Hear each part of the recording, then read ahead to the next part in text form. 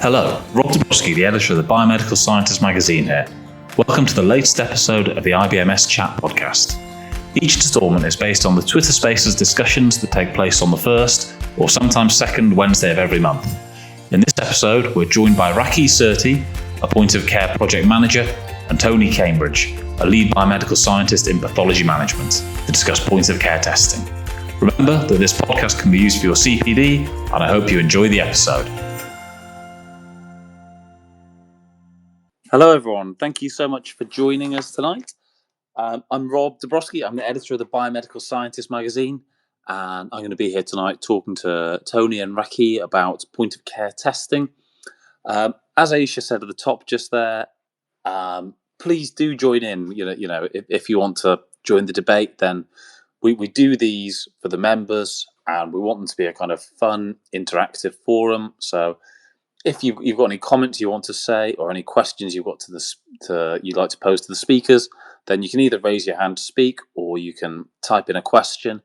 And it might take us a few seconds to get to those because we'll be busy talking away. But I will get all those questions asked to the speaker. So anyone wants to join in, please do. Don't feel shy, and we'll have a nice big open debate. I think we are still waiting for Tony. But just while we do, maybe it'd be a nice opportunity for Rakhee to introduce herself and tell us a bit about her career, where she came from, and how she ended up where she is in point of care testing. Rakhee. Yes, thank you, Rob and Aisha. Lovely to be here tonight and talk about point of care testing. So a little bit about me. So I spent 20 years in the biomedical science field. Spent some time in commercial diagnostics. So I am a biochemist in biomedical science within MKUH, which is Milton Keynes University Hospital. I've spent a vast number of years there, and most of my career, to be fair. So I started as a trainee back in the Midlands, worked my way into as a specialist biomedical scientist, and here I am working on a project with point of care testing for the last 2 years, and happy to talk about a lot of the work I've been doing over the last 2 years. And please do send loads of questions. Happy to answer them. Brilliant. Thank you so much, Rakhee. And I can see we've got Tony online now. Tony, if you're happy to just tell us a little bit about kind of your route into the career, your history in biomedical science, and how you ended up in point of care testing, that would be fantastic. Yeah, thank you. And thanks for the invite tonight. Looking forward to the discussion. I've been in the NHS for 28 years. Started as a sandwich year student on a biological sciences degree, which when I was taken on, I had to change that to biomedical sciences. Didn't have much insight into what I was getting myself in for at the time, I don't think. And completed the degree. Clinical chemistry is my background, so that was why I practiced for a good 10 or 12 years, I suppose, something like that. Before I then saw an opportunity to go into point of care, because we'd split out a section from our special investigations chemistry, because I always used to come under chemistry for some reason, because of probably glucose testing and urinalysis. So saw an opportunity there, really, and it was something that really spoke out to me in terms of the technology, medical devices, things like that. I could see that technology was becoming more miniaturized and more accessible, and it just seemed like the exciting thing to do, and it got you out of the lab a little bit. So that got me into point of care, and I worked my way up through to the point of care coordinator role at one point, and I did that role for about 9 or 10 years. And on the back of that, we were fortunate enough to get the backing from senior management at the time and the clinicians to go for accreditation, and it was under CPA standards at the time, and we managed to get all of our service accredited and also out in the community. And that was quite novel at the time, so that sparked a bit of interest, and I ended up, speaking nationally and chairing events and things like that on the back of it, which I'm sure we'll come on to a bit later. But I'm currently in a pathology management team, so moved away from that point of care coordinator role, although I'm still an operational manager for point of care University Hospitals Plymouth. Still very much involved on the operational side, as well as the other things I tend to get myself involved in. Brilliant. Thank you so much, Tony. And the way I thought we could structure this chat is if we maybe start with some more general points, kind of discussing broad themes around point of care testing with both of you, and then we'll maybe, excuse me, we'll maybe go into some kind of little subsections where Tony will talk about more about your specific work, and just the same for Rakhee. We can go through the quite innovative project you've been doing and the involvement with primary care and all the other facets of that. So I suppose to kick things off, point of care is a relatively new specialism compared to most of the other specialisms we have in biomedical science. Maybe Tony, you might be best placed to speak about this first. Can you tell us a little bit about how and why that's developed over recent years, and kind of any particular technological drivers that you see behind that? Yeah, there certainly are technological drivers and medical devices and methodology that has developed over, probably even as recent as the last 10 years. It's just come on leaps and bounds, especially in terms of the accuracy and improvement in precision of results for many of the tests that are available, and the breadth of tests that can be performed at the point of care. But I think it's more about the pressures within healthcare systems. That's not a new thing. I mean, we keep talking about it being at its worst, but I don't remember when it was at its best, if you know what I mean.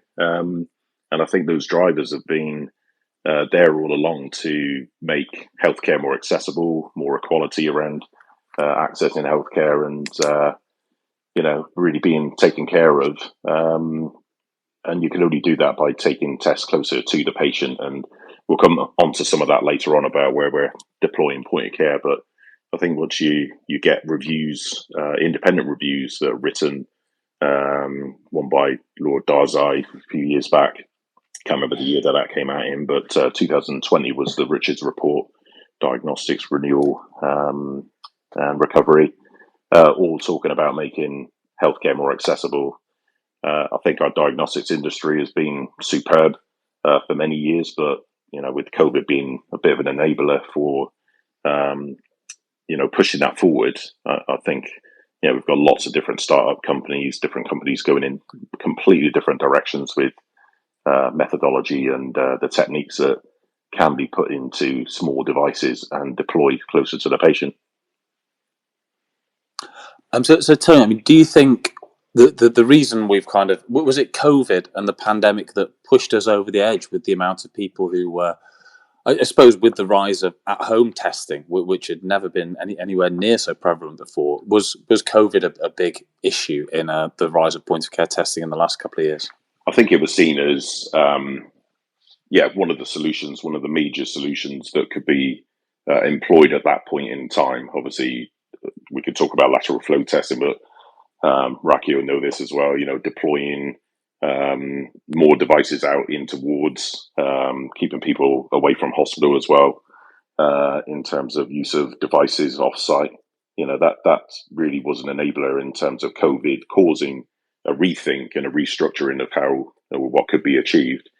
That led to a lot of devices being short in terms of quantities, and not being able to get hold of things like blood gas analyzers, and really challenging that supply chain really. So I think we've kicked on from there, and I think we've learned as an industry, in the commercial sector, and things have been strong for a long while. I think these methods were in the pipeline for a long time. We've looked at microfluidics, we've got sensor technology, we've got miniaturization of lots of the methods that traditionally would have grown out of the laboratory or been taken out of the laboratory and then created in smaller devices or benchtop devices. So I think we were on that road already. It's just COVID sort of kick-started a bit of a step change really for me. Yeah, brilliant. Thank you, Tony. And Rakhee, let's go on to how point of care testing maybe differs from other specialisms, because our traditional view of the biomedical scientist is someone working alone in a lab, kind of separated off from frontline. I mean, how does point of care testing differ from the other specialisms we see across biomedical science? Well, definitely it differs because you're giving a lot of empowerment to users outside of the laboratory. So you've got users ranging from reception teams in the community to HCAs to clinical leads. And, that difference is trying to control an uncontrolled environment. So working in the community under this unique project, I think obviously we'll talk more about the project in depth, so I don't want to give any spoilers, but looking at the key aspects of doing those tests correctly and empowering patients. So we're talking about self-testing, patients empowering themselves, making sure that they're doing the test correctly, because obviously we've talked about COVID and the lateral flows and all the discrepancies with the results that we were getting with those.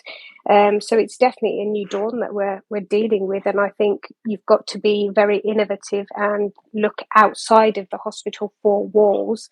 So you've got your point of care testing in acute settings such as ED, etc. But with the community, it was just a minefield of how point of care testing was run. And I think that project that I was undertaking sort of really engaged the community to sort of empower themselves and, be what's the words I'm trying to use, producing that defendable result and trusting what you're getting at the end. And as a general rule, is it quite hard to get point of care services kind of commissioned and correctly funded? Because with most services, they fall under one specific area of the NHS, or many services do. But with point of care, you've got it going across so many different sections of the service that it doesn't seem to have one kind of natural home where it's just like, this is where point of care testing sits. Is that something that's kind of problematic and tricky, or am I being naive and that's the nature of most NHS services? No, I think you've got that quite right. I think budgets and the cost of point of care is always looked at. So it's great putting those tests into the community, but you're looking at the clinical need. Is it going to answer the questions in the community? Costs are always talked about, and is it necessary to have that when the laboratory provides those services? But now point of care is more accessible. The costs are being looked at. Companies are bringing new innovative tests to doctors and GP practices, etc. I think budgets are being talked about, and also patient outcomes and improving those outcomes sometimes are key drivers above cost. So it's very new, and I believe it's going to keep on growing.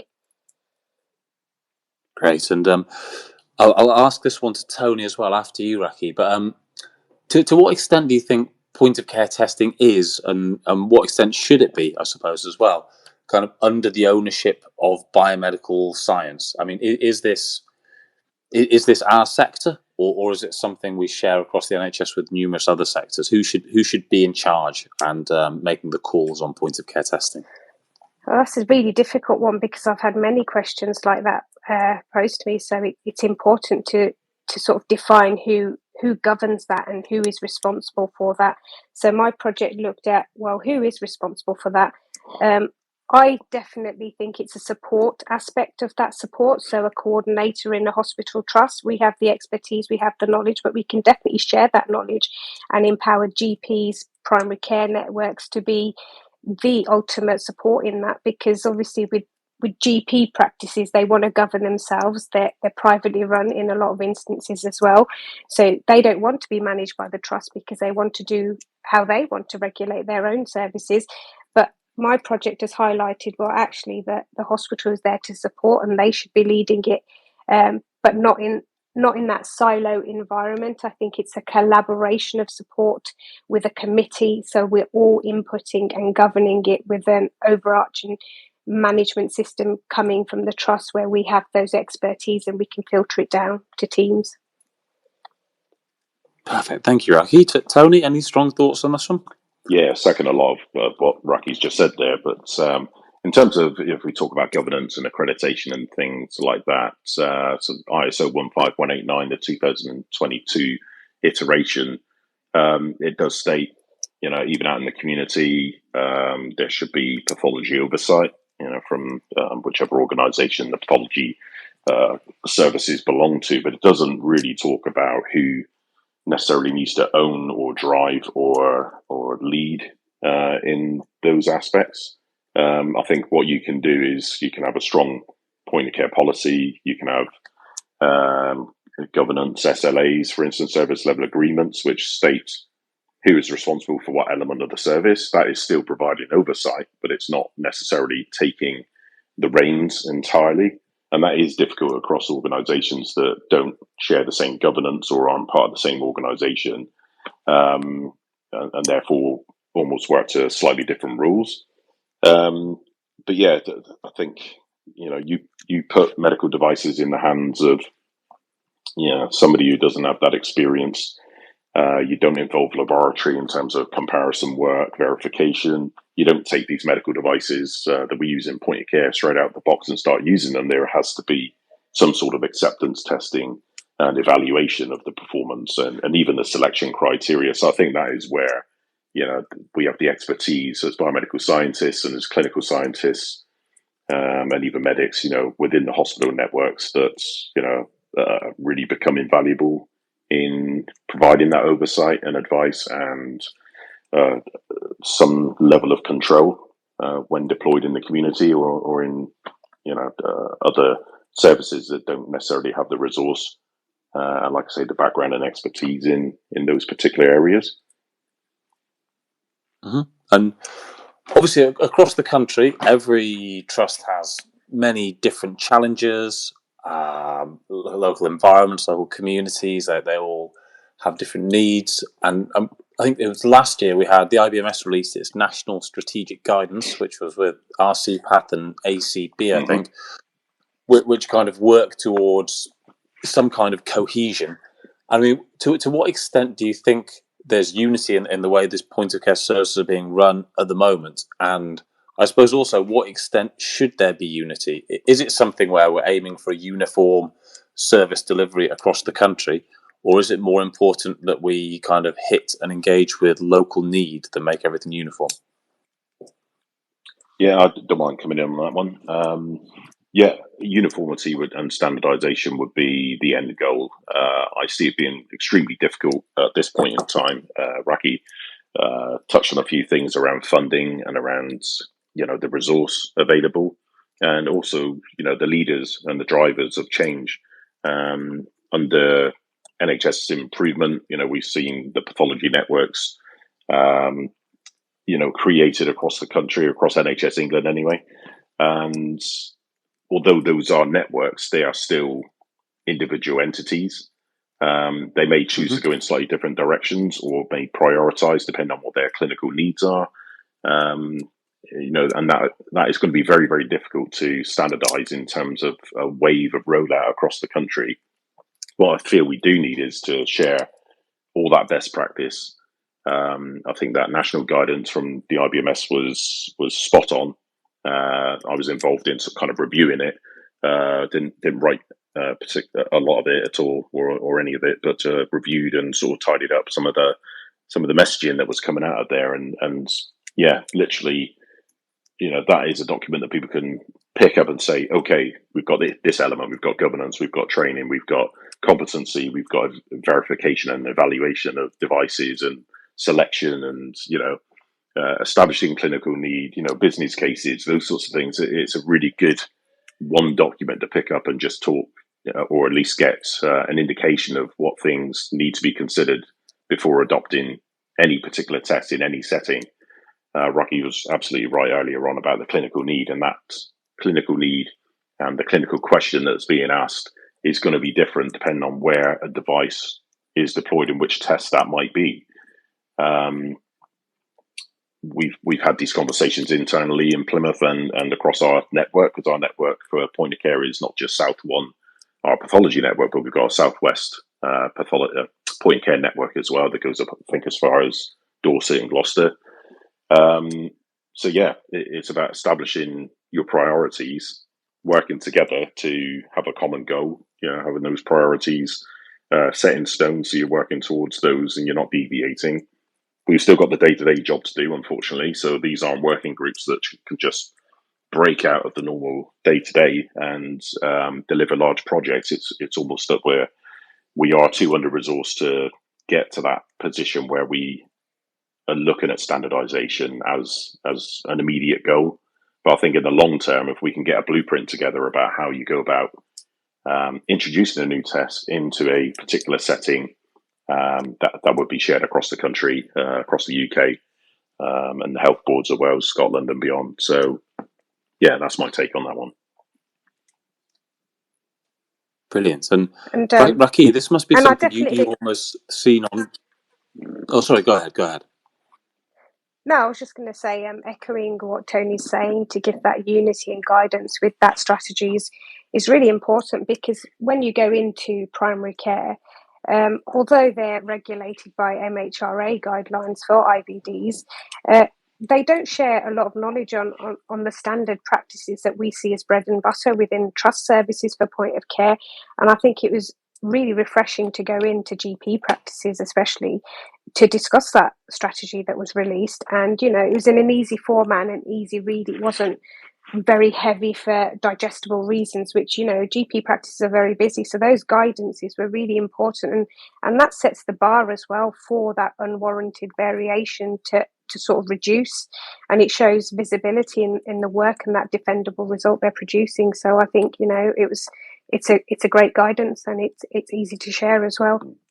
And I think on top of that, there's just that we've had a bit of a step or a shift in the perception of these medical devices and point of care as a whole. It used to be seen as a bit of a threat to the laboratory, and it's uncontrolled, it's in the hands of untrained operators. I think we're largely beyond that in many areas, especially in the hospital, obviously. But that getting that message out into community areas and some of the other areas that are expanding, which we'll surely come on to later, about where we're deploying devices now and where they're tending to pop up. It's just, I think there's a synergistic relationship now between point of care being deployed en masse now, and that's kind of supporting laboratory services, is actually protecting the services. I always use a bit of an analogy of, if there was never a urinalysis dipstick, microbiology laboratories would probably have to be 5-6 times the size that they are now,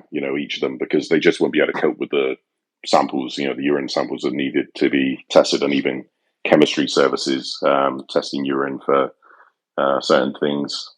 So, yeah, I think there's that synergy there now, and an acceptance that point of care is here. It's been here a long time. The improvements have been shown to have been, taken on leaps over the last few years or the last decade or so, and the future's bright. Brilliant, thanks, Tony. And Rakhee, going back to kind of unity of service delivery, because the project which you've been working on, which we're going to talk about in a bit more detail shortly, but that was specifically based around Milton Keynes. And I was interested to know as to whether that was kind of almost a microcosm of the national picture, whether you saw different needs in different areas of Milton Keynes and different forms of service delivery, or whether as a whole that there was some kind of uniformity across the region.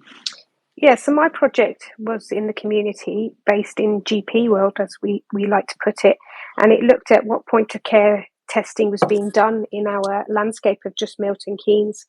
And it was interesting to see. So we have 27 GP practices across our landscape in Milton Keynes, and I believe it's 7 PCNs. So it covers the whole of the population. So you will have some GP practices who do quite a bit of point of care testing, and you have some GP practices that do nothing, or they think they do nothing, but they still do urine dipsticks. But that was another story. So there's a lot of, if we're using the word unity, there isn't unity in Milton Keynes in different GP practices. Everyone is either doing their own thing or doing nothing at all. We also have a hub and spoke model for some point of care testing. So we have an NT Pro BMP service in our hub and spoke, and D-dimer that again supports the trust.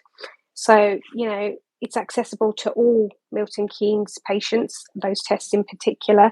So there is not a lot of unity, and the project was very unique to bring unity together, to show the benefits of working with that oversight, which we've mentioned with point of care testing teams, and showing visibility of our trust and the support we can give to say, if you're not running point of care testing, but you want to, we are here to support and guide you on the right and best ways of practicing that.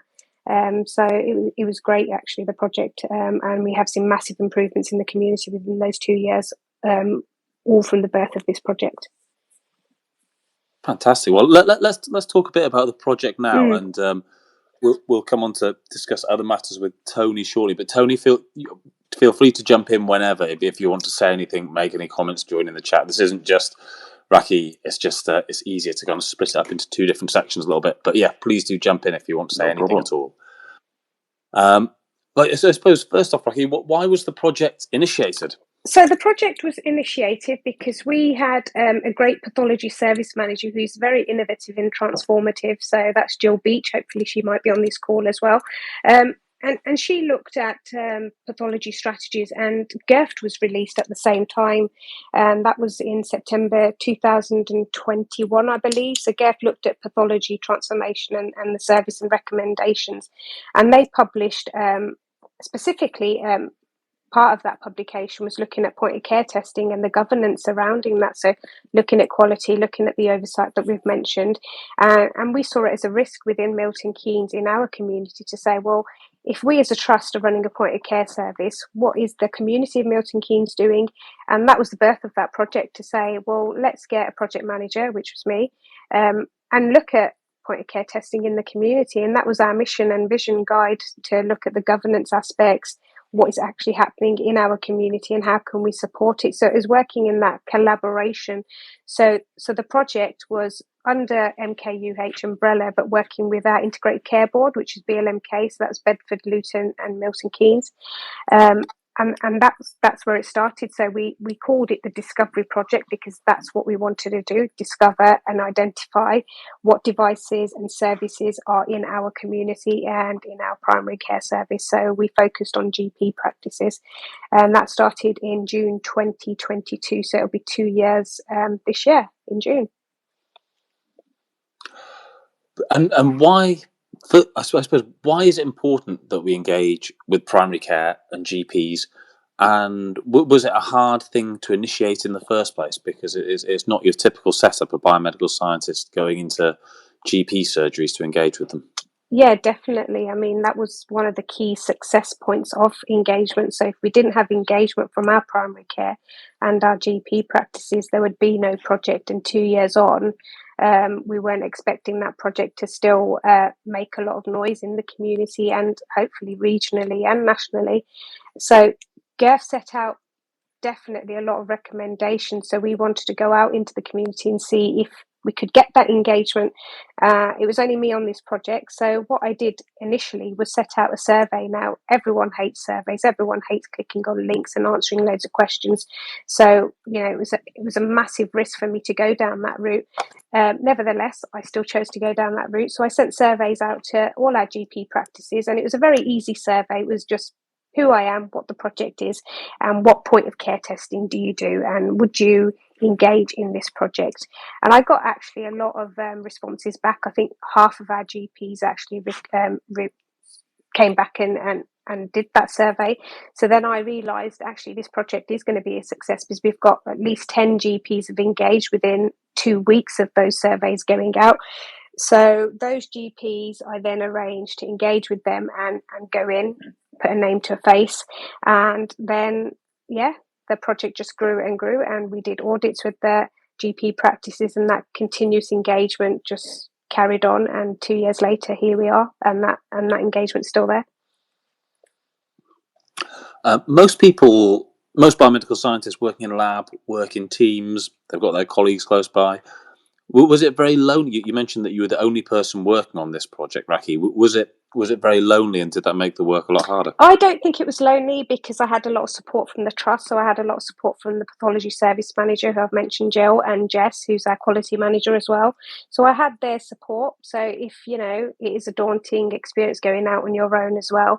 But because I've worked in the commercial diagnostics field as well, so I have already knowledge of going out outside of the laboratory, and I've worked outside of the laboratory.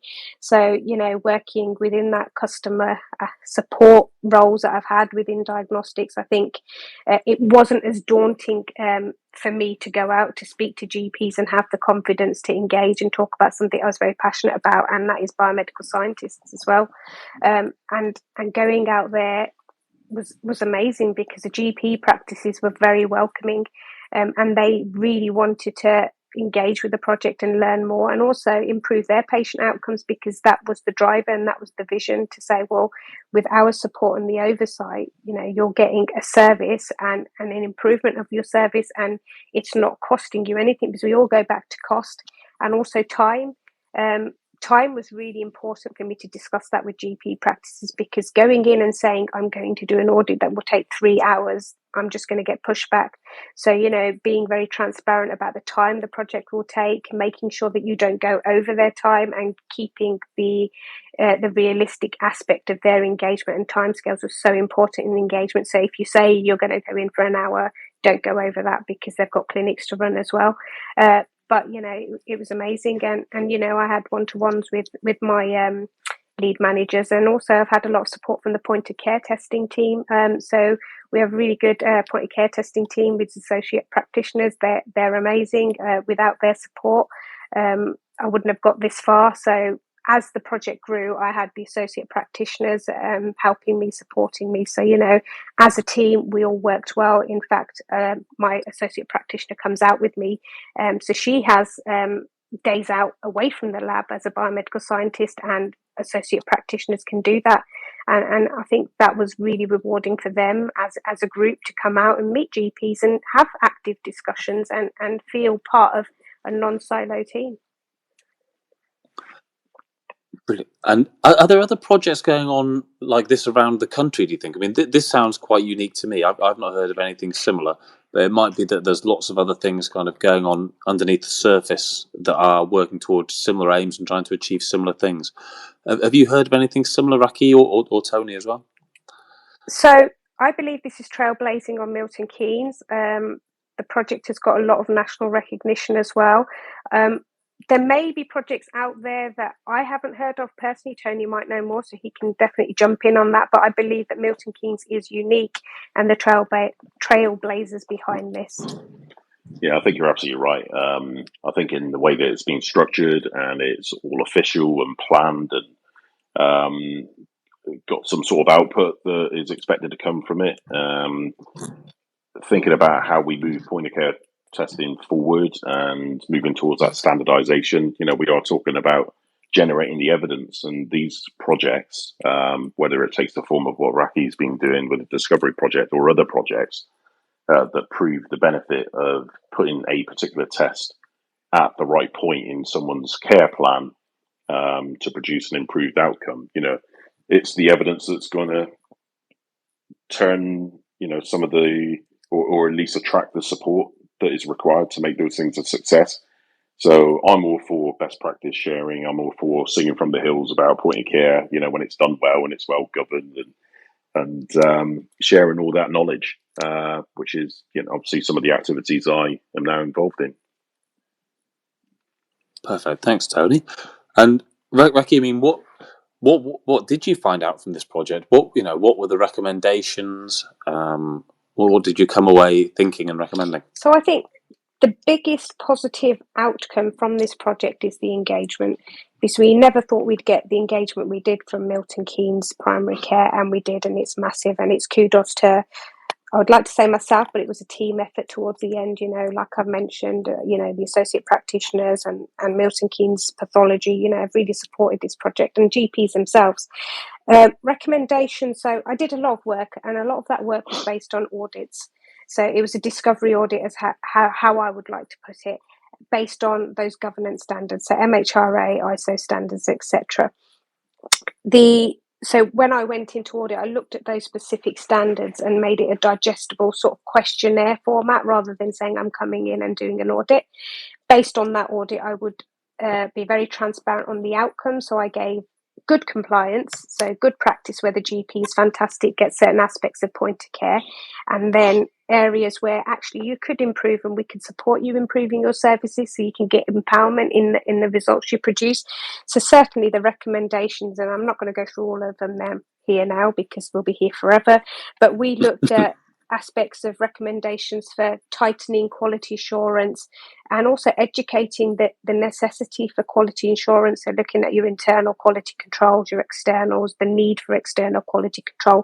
And I think that was one of the biggest key recommendations and improvement we've seen in our community. So certain GPs didn't have an IQC, so an internal quality control being run on their devices.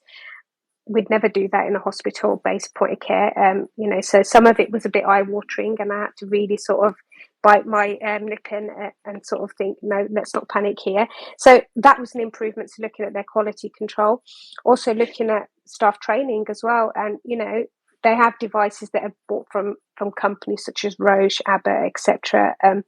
And staff training, especially over the pandemic, was quite loose. So a lot of it was looking at refresher training, saying that you can approach your manufacturers and suppliers, and they were very receptive in supporting the community. So all suppliers that have worked with me on this project and supported me, thank you very much. I'd like to say that today, in supporting this project and the staff training, and also supporting GPs generally as well, because it's been really good, because that sort of collaboration is really important, that suppliers work with the trust and the community. So that was one of the recommendations, that you can go to the suppliers, get your staff training, we can get competencies, and you're improving your standards of care.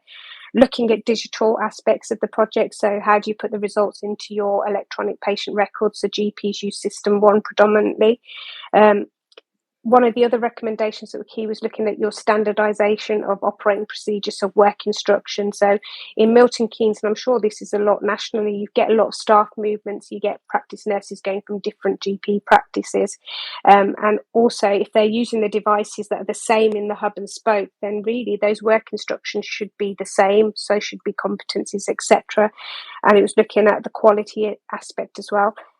One of the recommendations was improving patient and staff involvement as well, and knowledge sharing. So we've talked about sharing best practices across Milton Keynes, so GPs talking to one another as well, and also engaging with their patients. So INR testing for self-testing, and also highlighting the support that we can deliver as our POCT coordinators and as a trust to increase that safety level for patient care.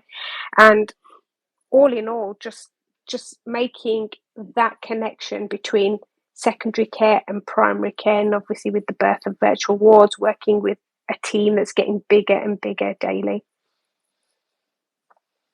And was it hard when you were going into those GPs where they didn't have good quality control measures in place, and you were seeing stuff that was quite shocking and that would never happen in a hospital/laboratory setting?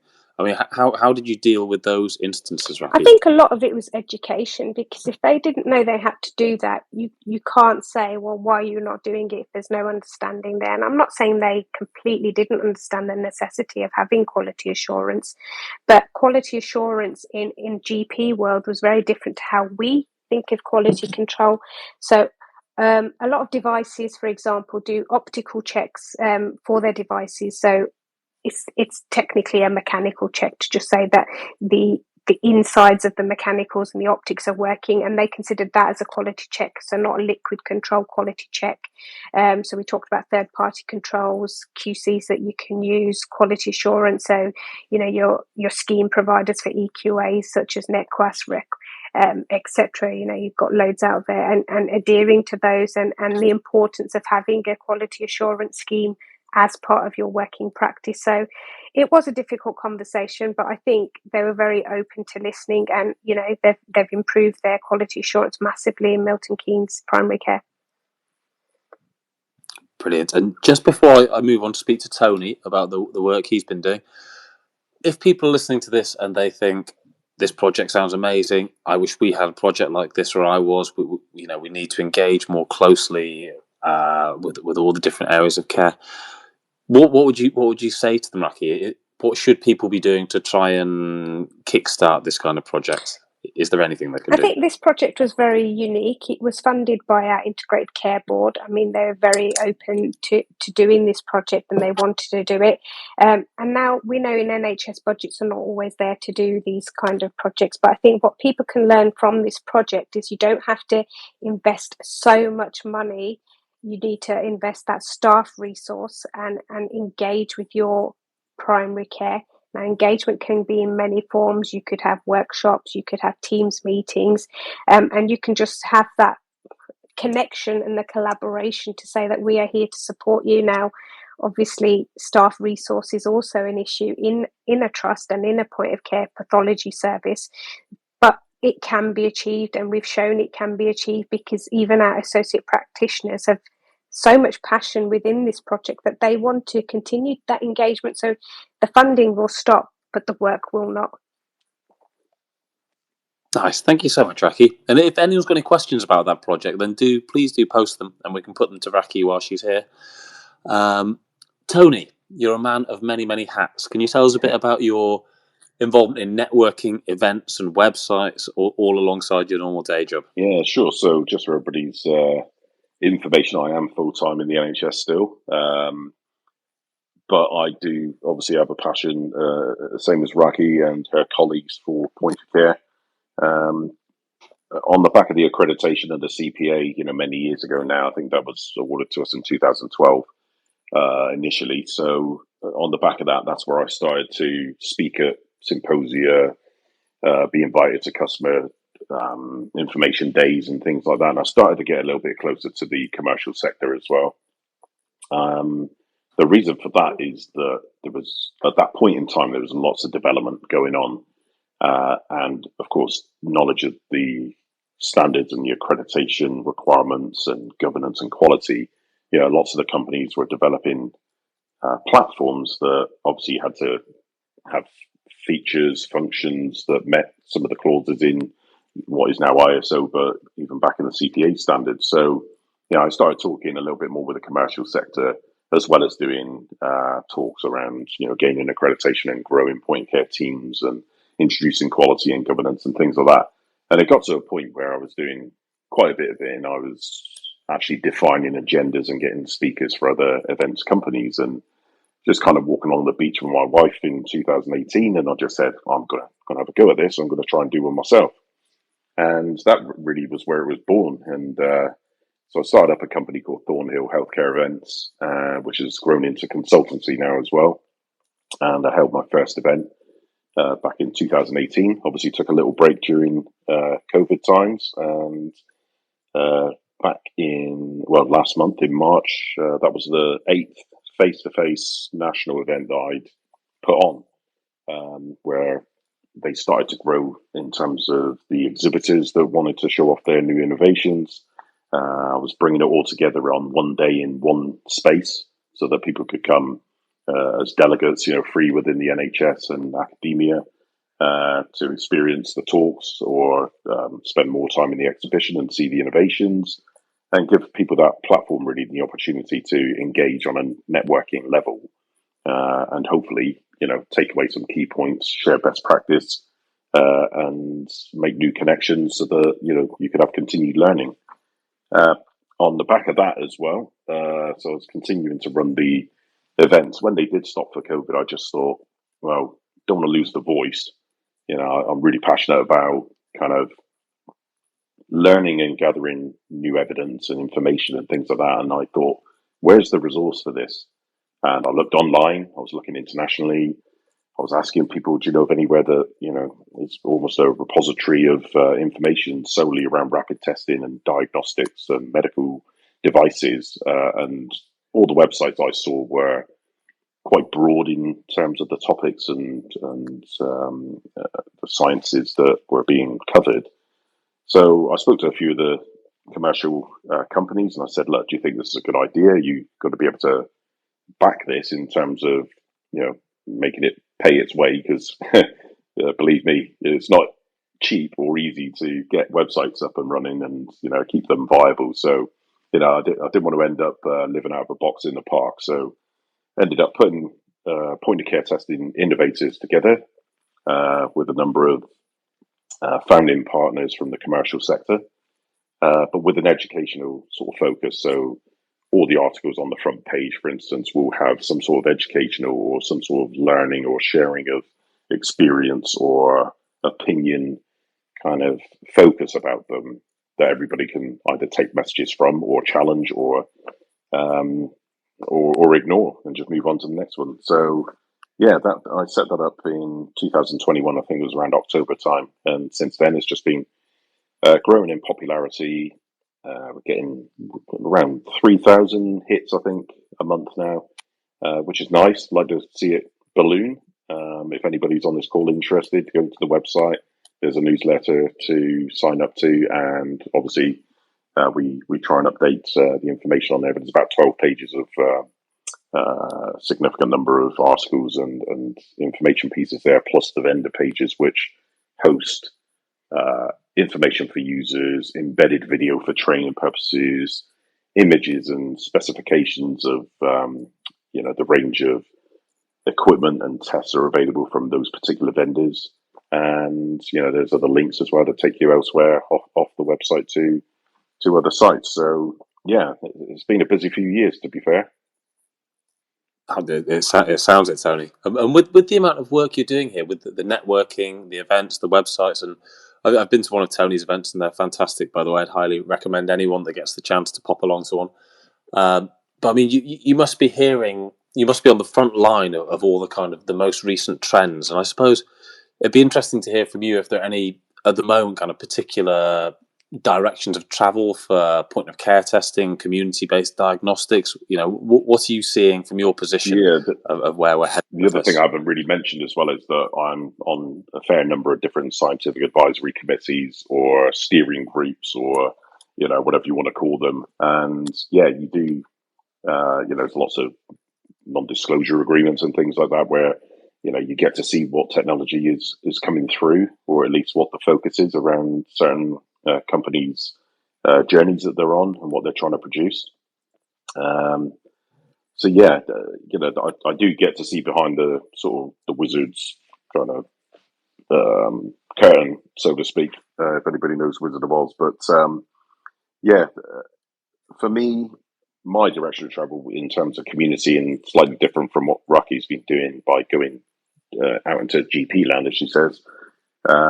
We've been looking at the national guidance around what should be available at an urgent treatment centre, for instance, the evolution of community diagnostic centres, which are being built at the moment in some areas, certainly down in Plymouth, but already up and running in other areas, and dealing with the backlogs of tests and investigations that are required, where people just couldn't see doctors, couldn't go into hospital, during the COVID period.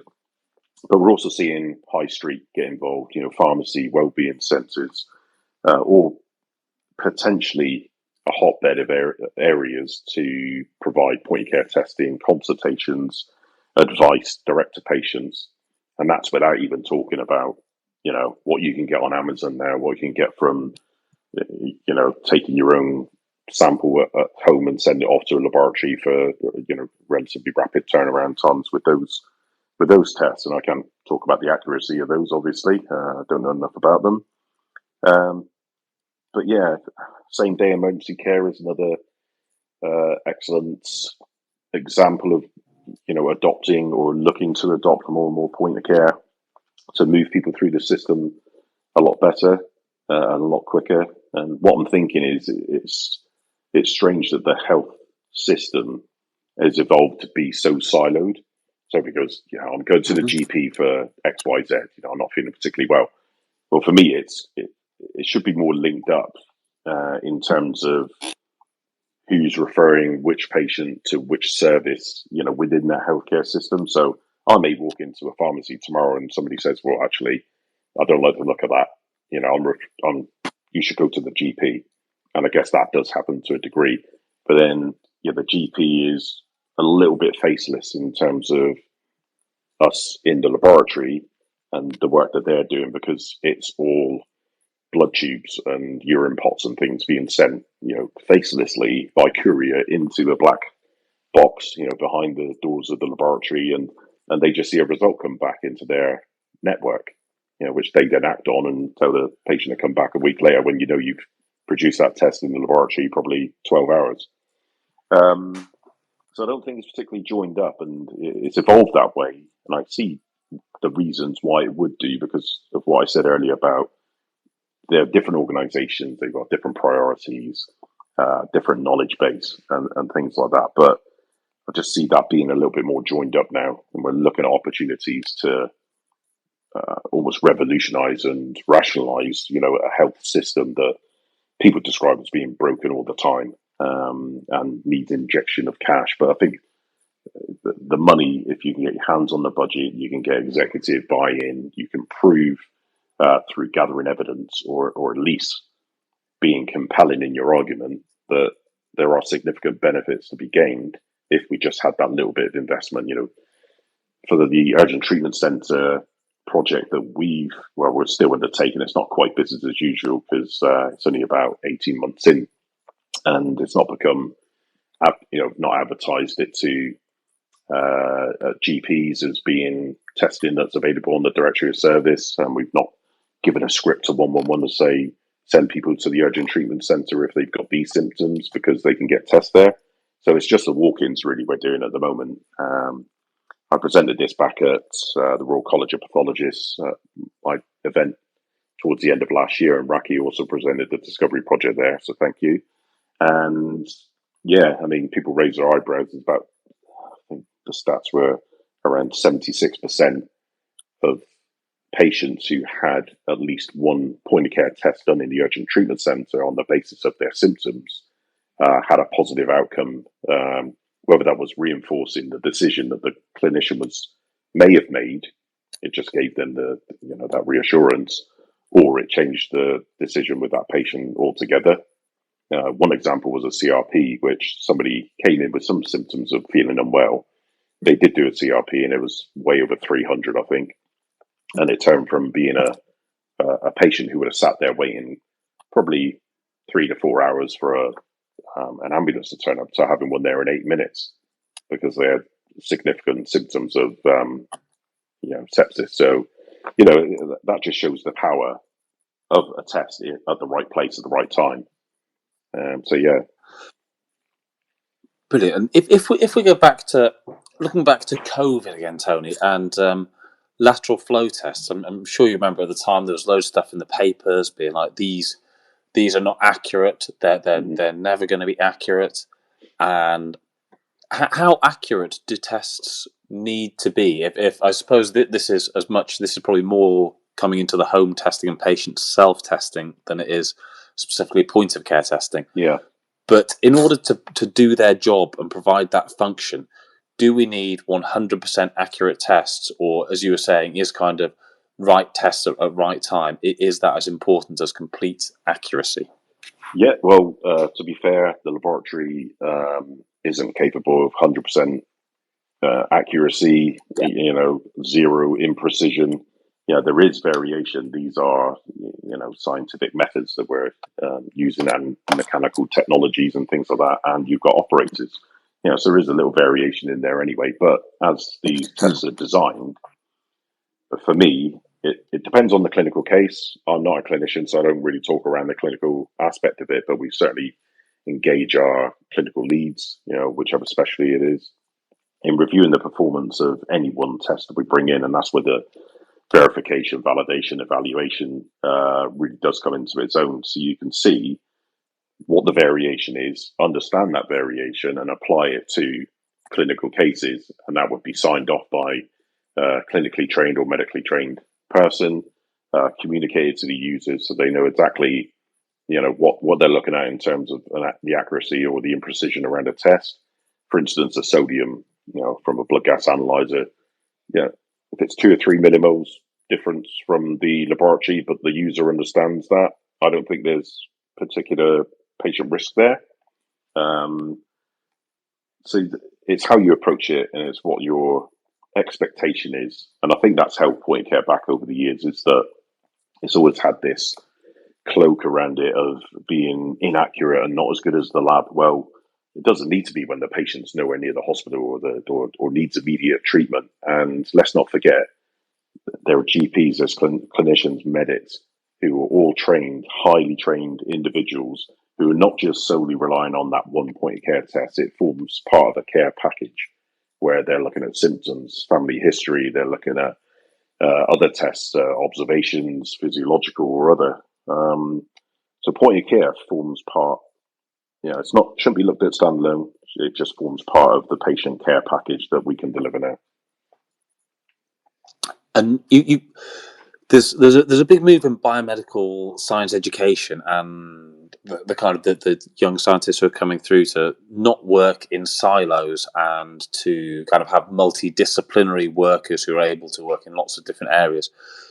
Is point of care testing in any way kind of a move towards this, and also I suppose maybe breaking down the boundaries between the different kind of sections of the NHS who've worked kind of quite separately traditionally, as Rakhee's talked about with her going in and liaising with GP surgeries. Is that something we're seeing with point of care, Tony? I think it's opening up in terms of the qualifications, even for biomedical scientists. I guess it depends where you're doing your training or where you're doing a registration portfolio for the IBMS. Or a specialist, for instance, how much exposure you get to point of care. If you're in a small lab somewhere that doesn't even have a point of care team, you're not going to benefit or develop in those areas the knowledge and the experience of a larger lab or cluster of trusts that have point of care in pretty much every specialty, in large numbers. So that can, and that's again a thing about standardization.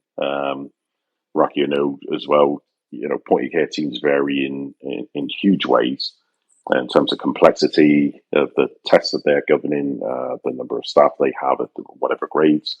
But the IBMS has been listening to this now, and they're thinking, how do we open out our qualifications to a wider group?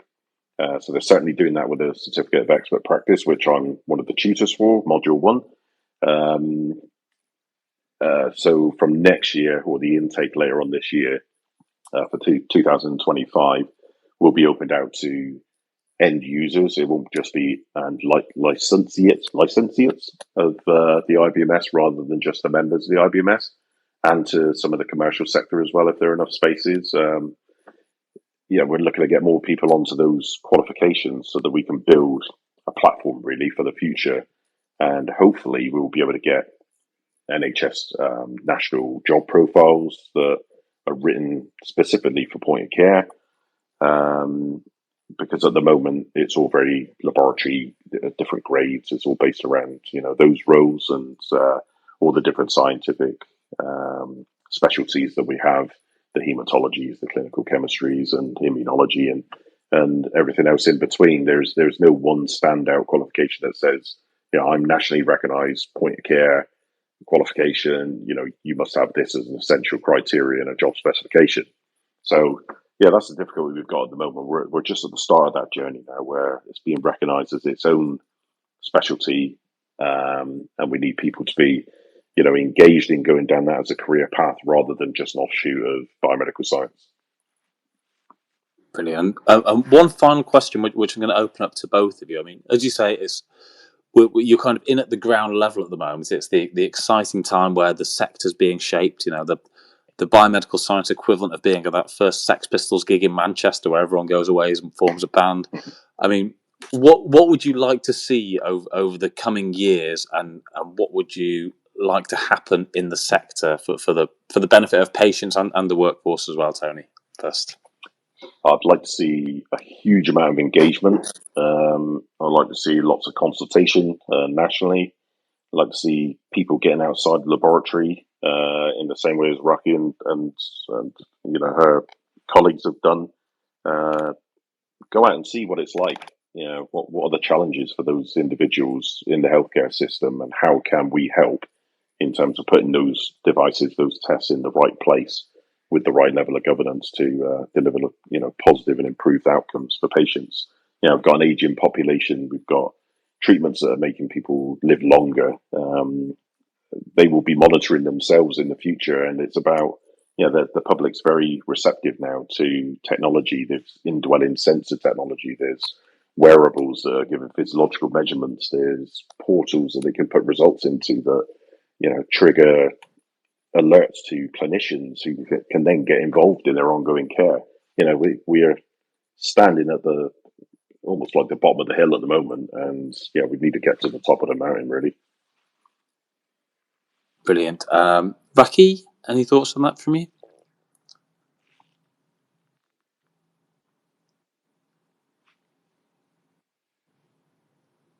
Okay, well, just while we were waiting for Rakhee, might have nipped off to get a cup of tea or something.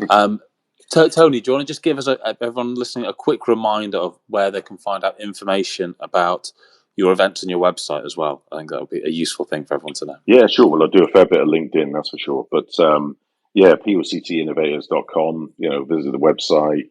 My events will be on there as and when they're planned and announced. I encourage everybody to engage. Maybe, don't worry about, don't fear putting information out there. I hear from a lot of people, I'm not too sure how this is going to be received. Well, I help with editing of articles and the content and give it a bit of direction. And it's really good to be, challenged to write scientifically or write something from the heart and to get it out there and have people read it. And, it just gives a platform for, people to have a voice, really. Thornhill Healthcare Events has got its own website as well, so you can search for that. But I'm doing most of the promotional stuff through POCT Innovators, because that's where I'm condensing all the kind of the focus and the material at the moment. I do quite a bit of work with you, Rob, and also with Pathology in Practice. So you might see me pop up in those in print magazines and online versions from time to time. So that's pretty much where you can find out more about myself, or follow me on LinkedIn.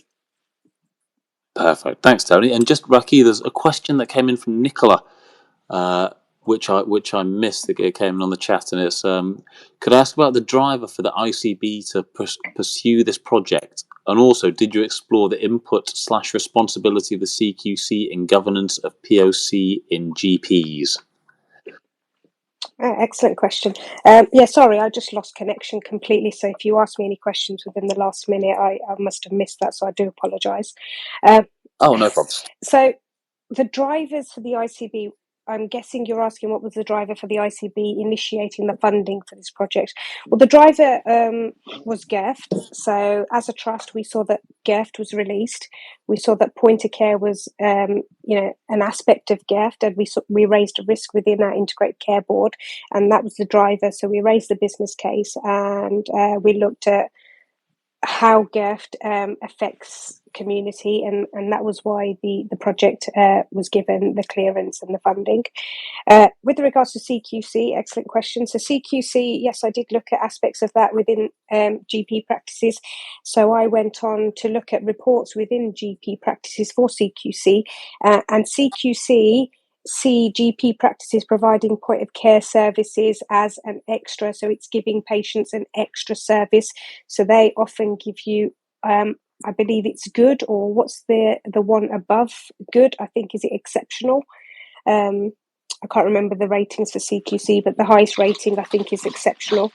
And if you provide that point of care service, doesn't matter whether it's governed, doesn't matter whether you meet all the standards for MHRA, they consider it a good process that you're offering that service. So CQC probably need to look into point of care and all the governance around it, and hopefully nationally we can get CQC to listen to that, and that's one of the outputs I'd like as part of this project.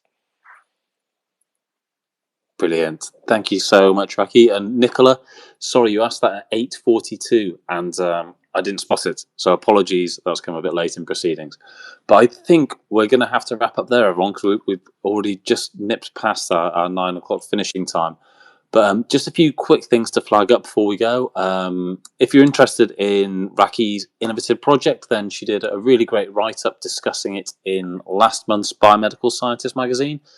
So if anyone's got a copy lying around, it's the one with the viral Rubik's Cube on the front cover.